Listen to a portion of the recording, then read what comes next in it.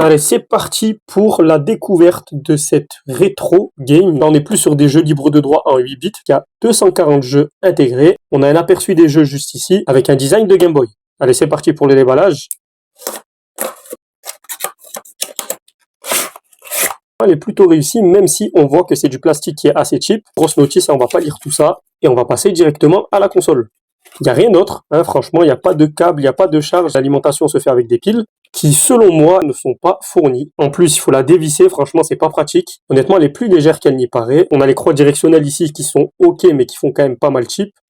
Au niveau des retours des boutons, on sent que ça va lâcher au bout d'un moment. Et pour Start et Reset, c'est pareil. Ici, on a l'haut-parleur, on a de quoi changer le volume. Par contre, le bouton est vraiment incrusté, c'est difficile. Et on va l'allumer, on va découvrir si, du coup, il y a effectivement les piles à l'intérieur. Donc là, on peut voir qu'elle ne s'allume pas, donc il n'y a pas les piles qui sont fournies avec. On n'a pas de moyen de la recharger, si ce n'est de dévisser et d'aller chercher des piles et en mettre. C'est un frein à l'achat. Du coup, on reçoit la console, on peut pas y jouer. Donc pour être allé en Chine, c'est le genre de truc que tu vas toucher vraiment à des sommes dérisoires là-bas. Et ici, les gens vont se faire une marge faramineuse. Allez, on teste cette petite console.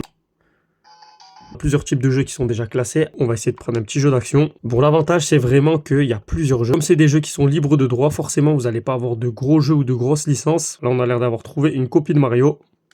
C'est quoi ce jeu?